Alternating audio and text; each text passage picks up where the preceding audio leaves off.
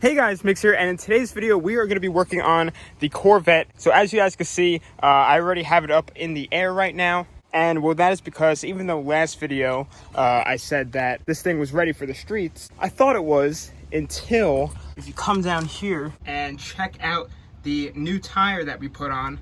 As you guys remember, it has all 4 new tires. There is brake fluid all over it, and at first I thought it was the brake line, but it's not. It is the new caliper that we put on it. I'm like 95% sure that it is, because I was feeling like underneath, like kind of between the rotor and the caliper, and it's all wet from in there, and it's dripping all the way down the rim and then onto the tire and then onto the driveway, which explains why we lost brake pressure before. And I currently still do have brake pressure, I mean the last time I checked, but I could definitely tell that it is fading away as like the pressure that's in the system is forcing out all of the fluid. So I'm gonna go ahead and guess that it's probably a piston seal, which sucks because it has front new ones. This side is all good. Well, the brakes are, but speaking of the new tires, this one has a leak in it. I just added it up to like 40, so later on I'm going to try a soap and water test and see if I can see where it's coming from, and then I got to bring it back to get it fixed. But the rest of the tires haven't given me any issues, just this one. And if we come inside of the Corvette,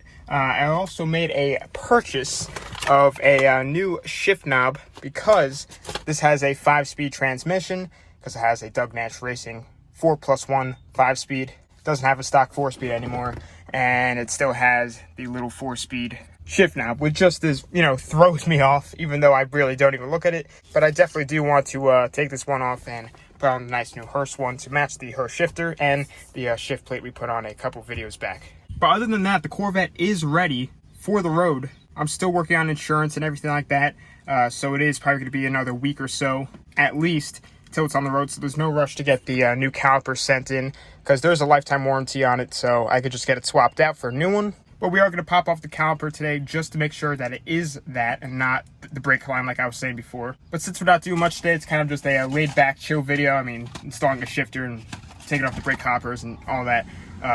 Entertaining. I want to give you guys a quick little update later on some of the bikes and everything like that you guys may have not seen for a while, and just stuff that has been happening behind the scenes. So with that being said, let me get out of this hot car. And we'll start off by pulling off this wheel. I already went ahead and loosened the lug nuts when it was on the ground.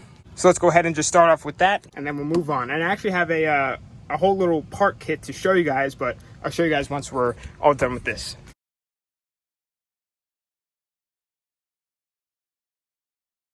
So guys, I have the caliper off, and if you look right on the edge, you can see brake fluid dripping off right there.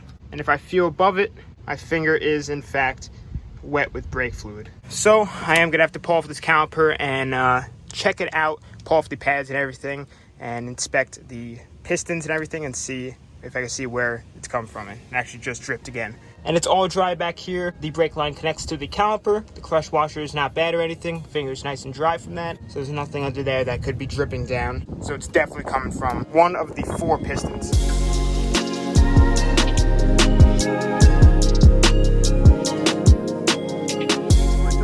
You guys will be able to tell on camera, but it was definitely the caliper, because there was like brake fluid rings around, you know, the back of the pads where, you know, the pistons are. So I am just going to pop off the pads real quick, and I guess email AutoZone or go to AutoZone and see what I got to do to send this back to get a new one. Just sucks because, you know, you would expect it to work from factory, but there's definitely a problem with the seals, because the other one's completely fine, but this one maybe just defective.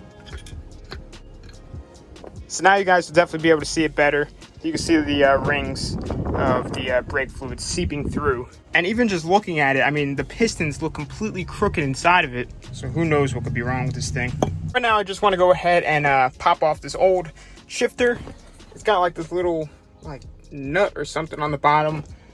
And then I should just be able to pull it off. All right, so I just got the shifter loose. What I have to do is turn this little lock nut clockwise, and turn this counterclockwise, and it came right off. So now hopefully this one will go on no problem. All right, sweet. So now I'll use the lock nut to get it aligned.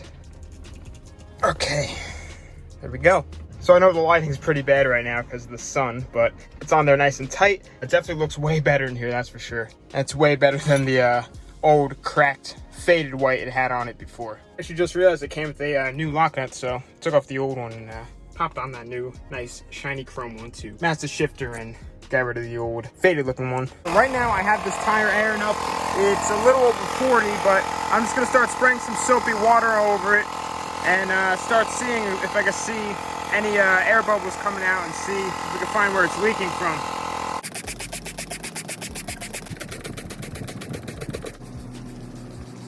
So I don't see any nails or anything like that. I see no air bubbles coming out. I mean, obviously there's just the soap bubbles, but if there's air coming out, you would actually see like a nice big bubble consistently, you know, blowing out and popping out from the rest of all these little tiny bubbles. Valve stem seems to be pretty good. All right, well, I'm just gonna keep my eye on it. I've never aired it up this high. It's always been aired to like 30, 35. So it's a little over 40. So I'm just gonna keep my eye on it. And if I see it lose air again, then I'll definitely bring it to the tire shop and have them probably put in like a tub. Because I know it is a definitely really slow leak because it does take a couple days for it to go flat. So it probably is going to be hard for me to tell just with the soap and water trick. So guys, since we're pretty much all done for the Corvette for today, basically all I just got to do is call up AutoZone. They don't sell 1974 Corvette brake calipers in store, so I am just going to have to just order one online. And then I'll be able to just send it back just like that.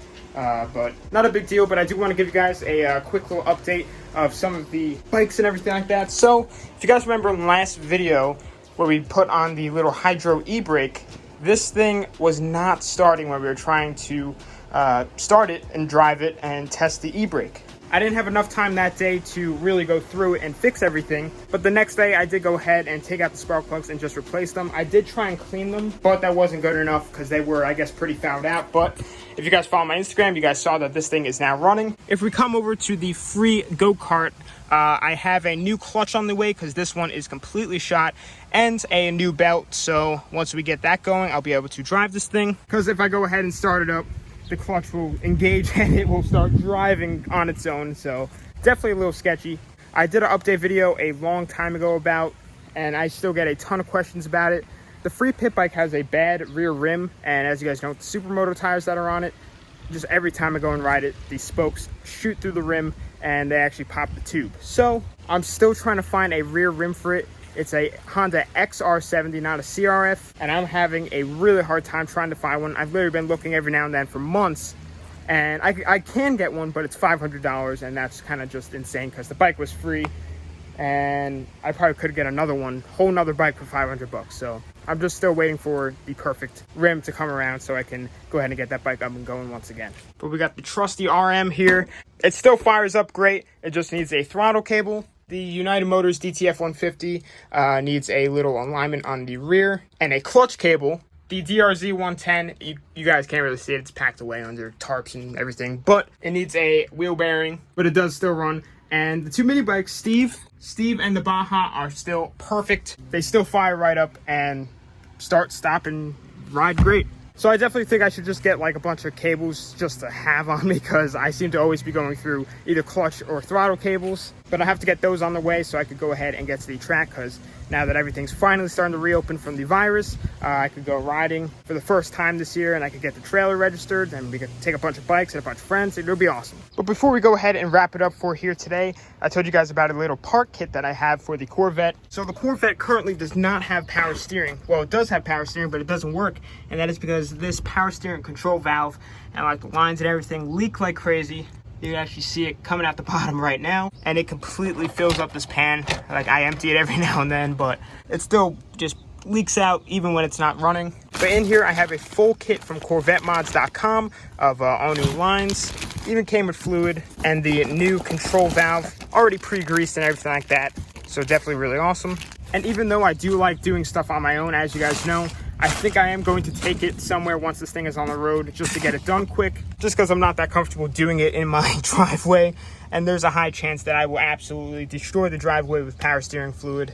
I'm sure I could do it, but it's just going to be a little bit of a challenge doing it up on jack stands and in the driveway, and sometimes it's better just to pay someone to do it, which I think is going to be the first thing on this car that I haven't done to it besides, you know, getting the wheels mounted. If I had a lift, I'd definitely do it, but I could already see it being a nightmare in the driveway. But anyway, guys, I'm going to be ending off the video here. Like I said, just a shorter, chill little update video for you guys while I'm waiting for some stuff to just, you know, come around and happen, like getting the Corvette on the road and parts to come in and everything like that. But follow my social medias. They will be on the outro of this video. Instagram and Snapchat I use the most, so you guys can see like behind the scenes stuff, like I just said before with the NASCAR. You guys can go ahead and check it out and see it running on there, and a bunch of other stuff, so definitely go check it out. But thanks for watching. Please subscribe, like, comment, tell your friends about the channel.